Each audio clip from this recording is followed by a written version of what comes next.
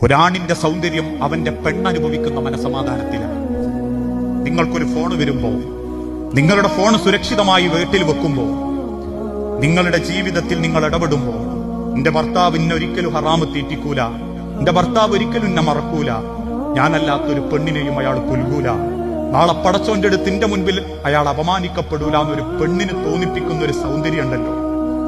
ദുനിയാവിൽ ചിലപ്പോൾ നമ്മൾ ഇതൊക്കെ രക്ഷപ്പെടും. നമ്മൾ ചിന്തിക്കേണ്ടത് എന്താണെന്നറിയോ? നാളെ പരലോകത്ത് പടച്ചോന്റെ മുൻപിൽ എന്റെ പിയാപ്പിള അപമാനത്തിൽ ഞാൻ കാണേണ്ടി വരൂല എന്നൊരു പെണ്ണിന് നിങ്ങളെപ്പറ്റി പറയാൻ പറ്റിയ അവക്ക് കിട്ടിയ ഏറ്റവും വലിയ മൊഞ്ചാങ്ങൾ.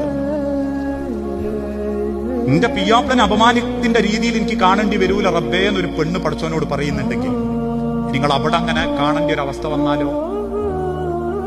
ആ ദുനിയാവിൽ അവൾക്ക് കൊടുത്ത സ്നേഹം പോലും പരലോകത്ത് പടച്ചോൻ ചോദ്യം ചെയ്യും. ഒക്കെ ഒരു മറച്ചു പിടിക്കാൻ വേണ്ടിയായിരുന്നില്ലേ?